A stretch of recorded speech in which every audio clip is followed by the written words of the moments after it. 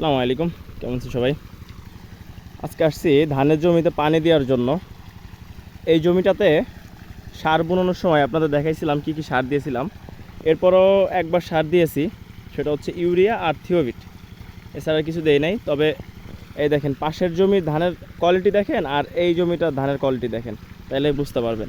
এই জন্যই আমি সবাইকে বলি যে ধান রোপণ করার আগে আপনার যখন জমিটা চাষ করেন, ওই চাষের নিচে আপনার সারটা দিয়ে দিলে সবথেকে বেশি ভালো হয়। আপনার সারে ধরে বেশি। এটার প্রমাণ দেখেন, এইটাও একই সময় লাগানো ধান, এইটাও ধানের কোয়ালিটি, এইটাও ধানের কোয়ালিটি। ধান মার্শাল্লাহ খুবই ভালো হয়েছে, এবং এই মাঠের ভিতরে এরকম ধান কেউ বানাইতে পারে নাই। খুবই সুন্দর ধান হয়েছে।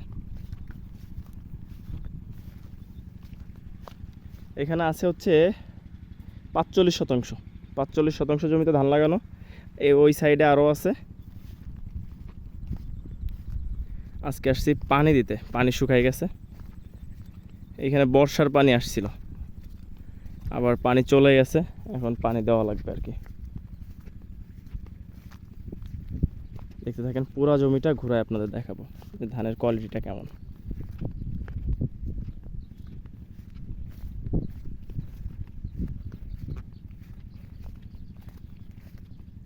মাটির তলে সার দেওয়াতে অতিরিক্ত জোর হয়েছিল, যার কারণে পরবর্তীতে এই 45 শতাংশ জমিতে মাত্র 5 কেজি ইউরিয়া সার দেওয়া হয়েছে, আর 1 কেজি থিওবিট, আর হচ্ছে ওই যে ম্যাক্স সালফার আছে, ওইটা দেওয়া হয়েছে 1 প্যাকেট।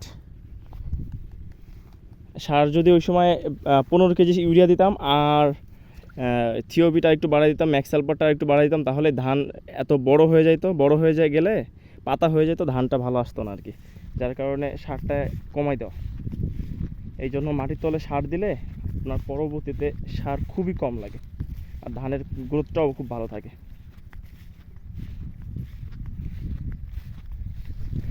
পুরা জমির চারপাশে আপনাদের একটু ঘোরায় দেখাই, তাহলে বুঝতে পারবেন।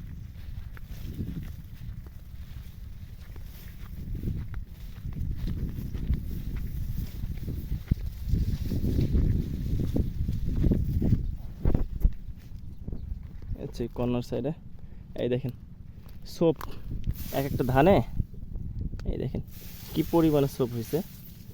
এই দেখেন, এই দেখেন। এই জন্যই আমি সবাইকে সাজেস্ট করি, এই দেখেন, এই জন্য সবাইকেই সাজেস্ট করি যে মাটির তলে সার দিয়ে পরে ধানটা লাগাবেন।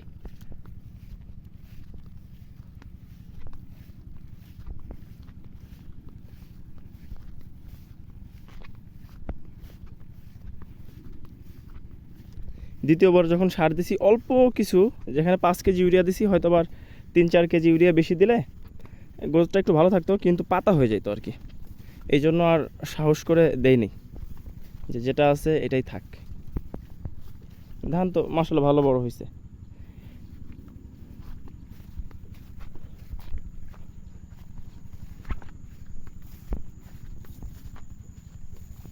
এই যে হচ্ছে ধানের জমি।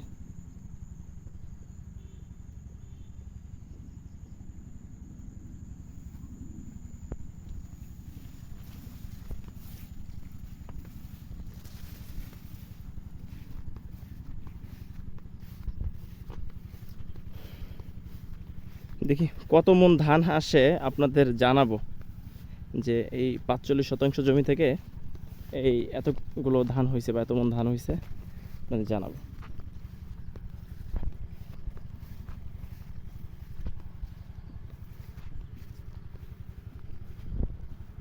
ওই সাইডে আব্বু দাঁড়ায় আছে, ওই পর্যন্ত জমি, আর এই সাইডে ওই লাস্ট পর্যন্ত। এটা হচ্ছে 45 শতাংশ, ওই সাইডে আরেকটা আছে আপনার 36 শতাংশ, আর এই সাইডে আছে 15 শতাংশ, আরেকটা আছে 24 শতাংশ। এই টোটাল হচ্ছে আমাদের ইরি ধান লাগানো।